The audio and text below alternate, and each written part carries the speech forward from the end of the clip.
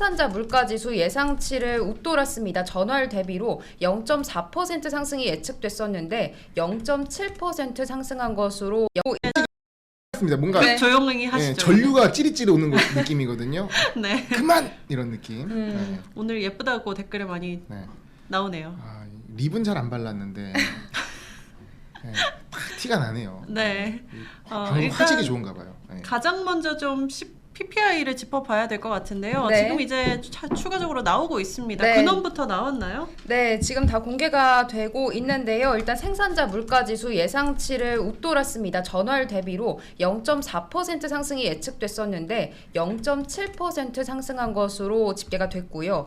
근원 생산자 물가지수 수치도 함께 살펴보면 이 역시 전월 대비 예상치를 웃돌았습니다. 예상치 0.3% 증가였는데 0.5% 증가로 집계가 된 걸 확인해 보실 수가 있겠고요.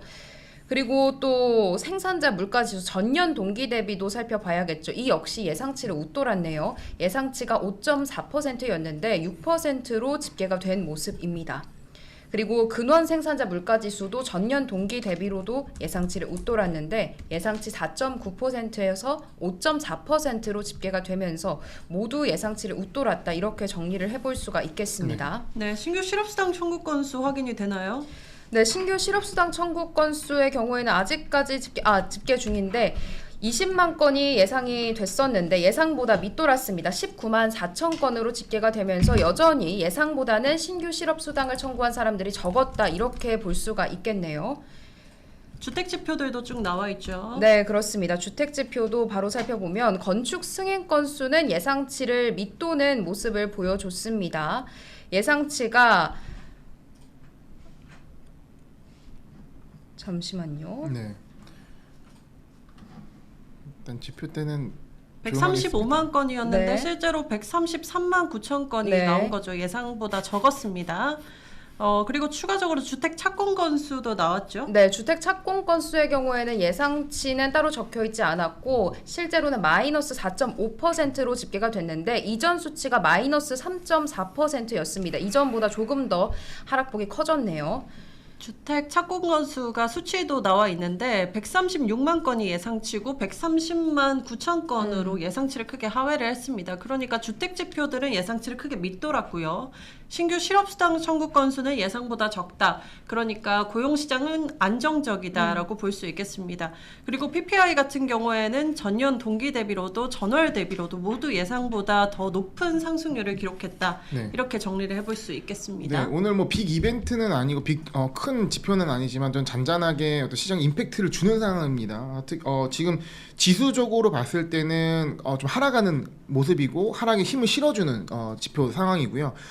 지금 미국채 같은 경우도 가격이 좀 빠지고 있습니다. 네. 좀 올라가다가 빠지고 있는데 그거는 일단은 PPI의 영향이 큰 것 같아요. 그러니까 이전에 CPI가 좀 애매한데도 불구하고 그거를 소화해버리고 올라갔거든요. 네. 그러니까 인플레이션 무시해 우린 갈 거야라고 갔는데 PPI까지 이렇게 나와주고 고용도 괜찮으니 이젠 좀 부담이 되는 거죠. 계속 무시하다가 찝찝한 상황에서 있는데 또 한 번 나오니까 이제는 쳐다볼 수밖에 없는 인정할 수밖에 없는 지금 너무 좀 우리가 좀 오버했나? 라고 주식 매수자들 플레이어들에게 경고를 하는 느낌이 듭니다. 그래서 좀 약간 여기서 좀 한숨 돌리고 가자. 그렇기 때문에 보통 제가 오는 최근에 목요일의 경우는 이전에 좀 빠지다가 올라가는 패턴이 많았는데요.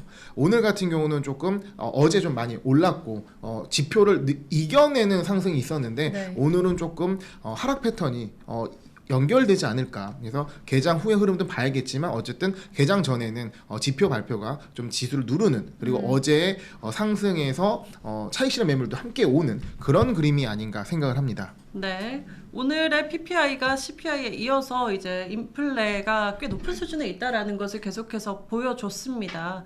그리고 지금 주택 시장은 여전히 좀 침체기에 돌입을 했다라는 점을 다시 한번 확인을 했고요. 고용은 여전히 좋다라는 점에서 이제까지 나왔던 지표들과 거의 비슷한 맥락으로 지금 발표가 됐는데요. 선물 시장 흐름 좀 어떻게 변화하고 있는지 한번 볼까요? 네, 부장님께서 말씀해 주신 것처럼 3대 선물 아까 전에 확인했을 때보다는 조금 낙폭이 커졌습니다. 그렇습니다. 다우 선물 현재 0.51% 빠지는 모습이고요. S&P 500 선물도 0.69% 내리고 있습니다. 마지막으로 나스닥 선물이 0.86% 빠지면서 조금씩 낙폭을 더 키워가는 모습이네요. 네. 사실 PPI가 예상치를 좀 많이 웃돌았습니다. 그래서 이제 전년 동기 대비로 특히 많이 웃돌았고 지금 전월 대비 수치도 많이 높은 것으로 지금 집계가 됐기 때문에 0.4%였는데 0.7% 이렇게 나왔거든요. 그래서 오늘은 어제 또 소매 판매가 잘 나왔는데 네. 버텨줬다가 네. 오늘 약간 또 내려가는 움직임이 관측이 되고 있는 것 사실 같습니다. 이거는 건전한 시장 상황 같아요. 그러니까 어떤 지표의 내용이 그러니까 우리 흔히 말하는 A면 B는 B인 논리가 있는데 계속 A인데도 뭐 C로 가고 D로 가고 뭐 이런 상황이었거든요. 근데 이게 계속 반복되면 뭔가 이상 증상이라고 평가가 되는데 이것이 몇 번 나오다가 오늘 같은 경우는 좀 정상적으로 지표에 반응을 하는 그런 모습이 아닌가 생각합니다. 그래서 꼭 부정적으로 볼 게 아니고 이것이 뭔가 오늘 하락한다고 해서 최근에 올랐다가 좀 조정을 받는 거거든요. 기술적 조정이라 볼 수도 있는 것이고 뭔가 대세 하락의 시작을 볼 내용은 아니에요. 하지만 인플레이션에 대해서 우리가 좀 더 주의할 필요는 있다라는 경각심이 나오는 지표다라고 보시면 좋을 것 같고 인플레이션 상황 속에서 주가는 그냥 마냥 날아갈 수는 없다. 바람의 방향이 반대로 불고 있는데 모터가 아무리 좋다 하더라도 기름만 많이 먹는다. 그럴 수 있는 부분이거든요. 네. 네. 장이 빠지는데 웃을 수가 없죠. 네, 지표에 대한 해석들 하고 있는데 뭐 지표가 이제는 의미가 없다라고 하시는 분들도 계시고 사실 이제 어제 소매 판매가 너무 잘 나와줬기 때문에 어쨌든 소비가 받쳐줘야 네. 인플레이션이 높다고 네. 하더라도 이제 경기 침체가 오지 않을 것이다라고 자신감이 붙을 수 있거든요. 그쵸 이게 굿 이즈 굿, 배드 이즈 배드로 가는 것도 괜찮아요. 그래서 경기 침체가 아니고 연착륙 이런 얘기가 아니라 경기 좋다라는 그림으로 가게 되면 그런 부분은 좀 시장의 힘을 받쳐주는 상황인데 그렇다고 해도 이 PPI, CPI 이런 물가 지수가 나올 때는 네. 조금 긴장할 필요가 있는 거죠. 네. 지표들 나온 부분들을 요약을 좀 해보자면 고용은 여전히 좋고 PPI는 예상보다 높았다라고 볼 수 있겠습니다. 주택 지표들은 여전히 부진하게 나타났고요. 그리고 지금 로레타 웨스터 클리블랜드 연은 총재가 36분에 지금 9분 뒤겠죠. 45분에 연설을 앞두고 있기 때문에 또 오늘 연준 이사들 연설이 한 3명 정도 있는 만큼 네.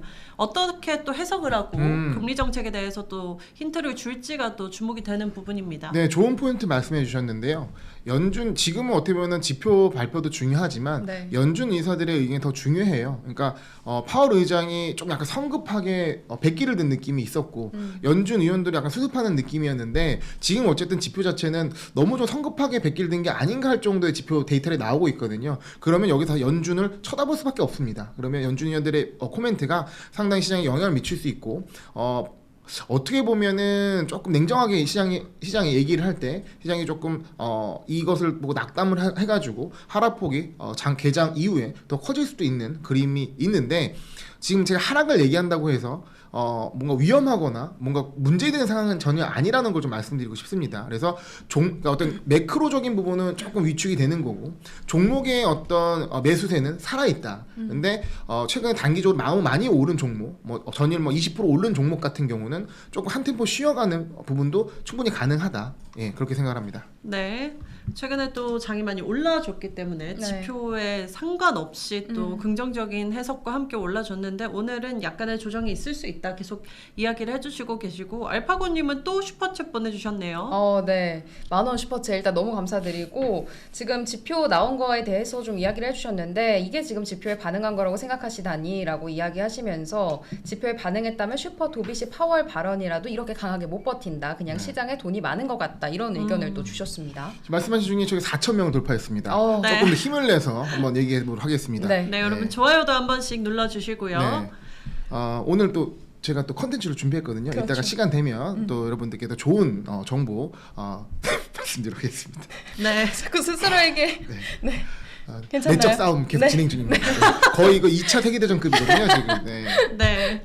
3대 선물지수 움직임은 여전히 계속 하락적으로 흘러가고 있는데 나스닥이 1%를 넘어섰네요. 네, 그렇습니다. 현재 나스닥이 1.07% 내리고 있습니다. 어떻게 움직일지 일단 개장 전까지 저희가 계속해서 체크를 해볼게요. 네, 어디까지나 지금 선물 시장이기 때문에 조금 더 추세를 확인할 필요는 있을 것 같습니다. 하지만 이제 어제 소매 판매 서프라이즈에도 불구하고 버텨줬기 때문에 오늘은 약간의 조정은 또 있을 수 있다라고 보여지는 상황입니다. 너무 조정 없이 그냥 어떤 지표 상관없이 그냥 나몰라고 올라가면 오히려 그게 더 불확실하고 불안감을 높일 수 있거든요. 그래서 네. 오늘이 조정이 온다 하더라도 저는 좀 건전한 조정이 아닐까 생각을 합니다. 예, 그래서 너무 불안하진 않으셔도 좋을 것 같습니다. 네.